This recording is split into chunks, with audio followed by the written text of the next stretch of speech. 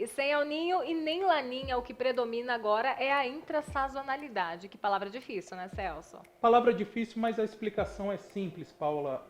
Sazonalidade, estação do ano. Vamos dar o exemplo do estado de São Paulo, que tem um verão chuvoso.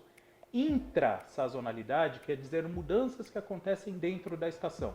Embora o clima de São Paulo seja chuvoso, eventualmente a gente tem períodos secos e de temperaturas altas. Basicamente é isso, a intrasazonalidade são as mudanças que acontecem dentro da estação e que modificam aquela condição média.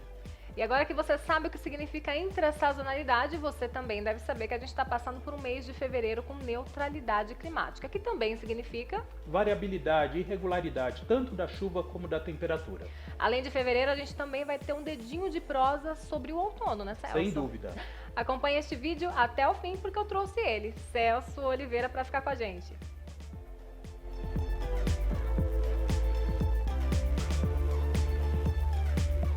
Eu sei que a gente já iniciou o mês de fevereiro, mas nunca é tarde para a gente começar a falar como que vai ser o mês, como que vai ser os próximos meses, o próximo período, o outono, mas vamos falar desse mês ainda. Vamos falar desse mês e justamente a gente falou muito sobre a intrasazonalidade, Sim. sobre as mudanças. Eu trouxe aqui mapas que mostram a precipitação em períodos de 5 em 5 dias até meados aí da segunda quinzena de fevereiro. Por enquanto não há muitas novidades. Temos chuvas fortes entre o sudeste, centro-oeste, parte do nordeste e norte, acumulados altos principalmente no estado de São Paulo, Goiás, Tocantins e Mato Grosso. Porém, olha que interessante, à medida que a gente for avançando no tempo, do dia 12 ao dia 16, ainda temos chuva organizada sobre Minas Gerais, Rio de Janeiro e Espírito Santo. Centro-oeste começa a diminuir a chuva, isso favorece a retomada das atividades de campo e aos poucos a chuva vai voltando para o sul. Até que na terceira pêntada, ou seja, do dia 17 ao 21, a chuva diminui bastante no centro do Brasil e volta para o sul. Vale salientar o seguinte, o Rio Grande do Sul já chega a 10 dias, principalmente metade norte, a 10 dias sem chuva.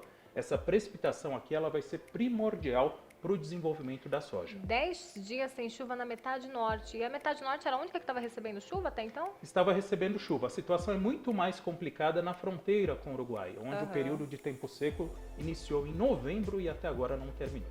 Que coisa. Então, a segunda quinzena mais ou menos aí de... Mais ou menos não, a segunda quinzena do mês de fevereiro vai ser benéfica aí para os produtores gaúchos. E a gente tem inversão. Exatamente esse é o padrão da intrasazonalidade.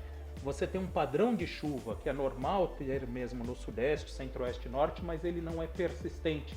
Volta e meia, a umidade da Amazônia desce na direção da região sul e essa precipitação enfraquece no Brasil central e volta para o sul.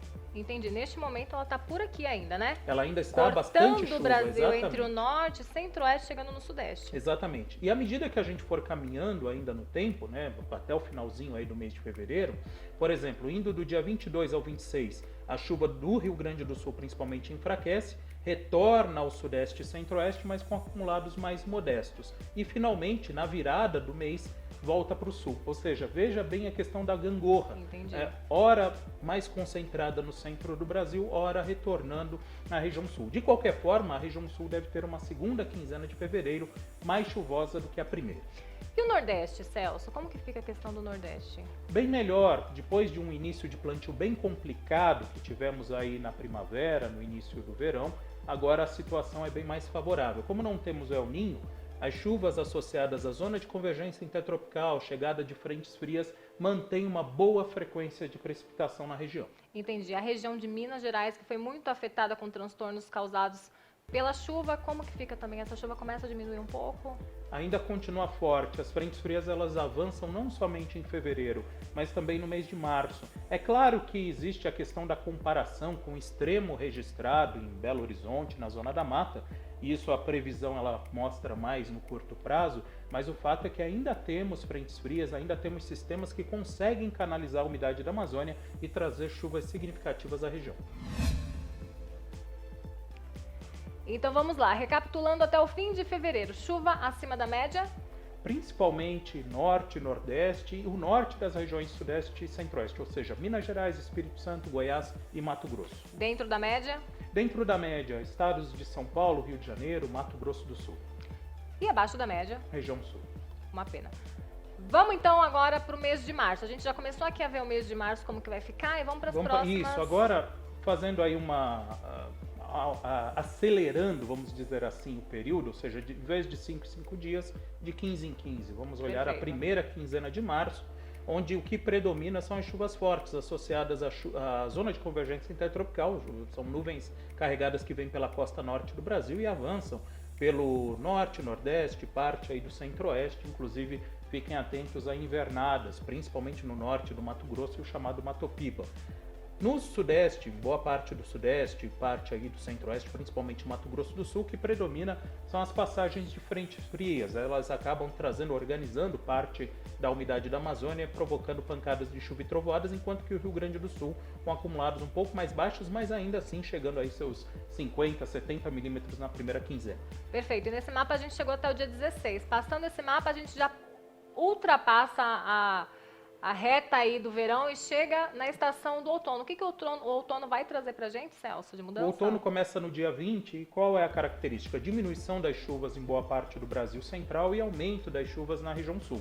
Mas vale salientar, antes do término do verão, teremos uma mudança principalmente entre sudeste e sul. A chuva diminui no sudeste e aumenta no sul. Ou seja, o que vai acontecer em fevereiro, que vamos ter chuvas mais fortes no sul na segunda quinzena de fevereiro comparada à primeira, vai repetir em março. Segunda quinzena de março mais úmida no sul e menos chuvosa no sudeste. Norte e nordeste continuam com chuvas frequentes e também parte do centro-oeste, principalmente o norte de Goiás e o estado do Mato Grosso.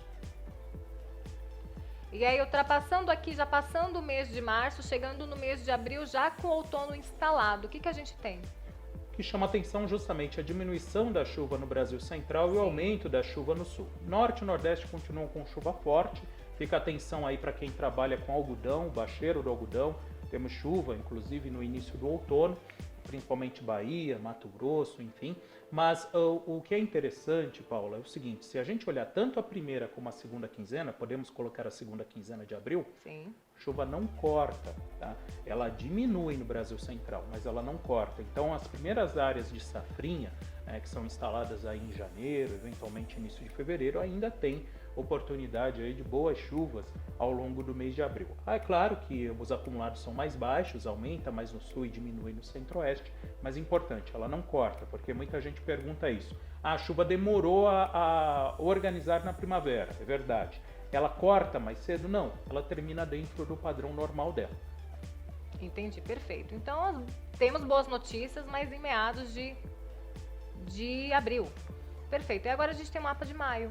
Que a chuva diminui. Aí já não tem mais muito jeito. À medida que a gente vai avançando outono adentro, os acumulados eles não deixam de acontecer, mas já são bem Aumenta pequenos. no sul, pelo menos, ou não? Aumenta, mas não há uma expectativa de extremos. Até existe um Pacífico levemente quente, pode trazer alguns episódios mais fortes, mas esse aquecimento ele não é suficiente para trazer chuvas persistentes. Mas se o Pacífico resfriar, diminuir a chuva. Isso é bom, por um lado, para trigo, tá? Para as culturas de inverno.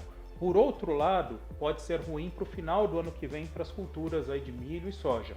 Mas antes disso, uma coisa importante. Primeiro, instalação tardia do milho safrinha pode trazer problemas aí para sudeste e centro-oeste. A chuva ela vai até o final de abril, mas ela não se sustenta em maio. E outra coisa importante, não está aparecendo aqui, mas é frio. Com essa situação de neutralidade, Pacífico levemente quente, partindo frio para o vai norte, chegar um pouquinho mais cedo? ele chega um pouquinho mais cedo. Então Imaginei. ele pode trazer aí algumas geadas já na virada de maio para junho. Isso é muito ruim para os produtores, né? Principalmente Paraná e Mato Grosso do Sul, que tiveram uma instalação de soja tardia e, por consequência, o milho também instalado de forma mais tardia.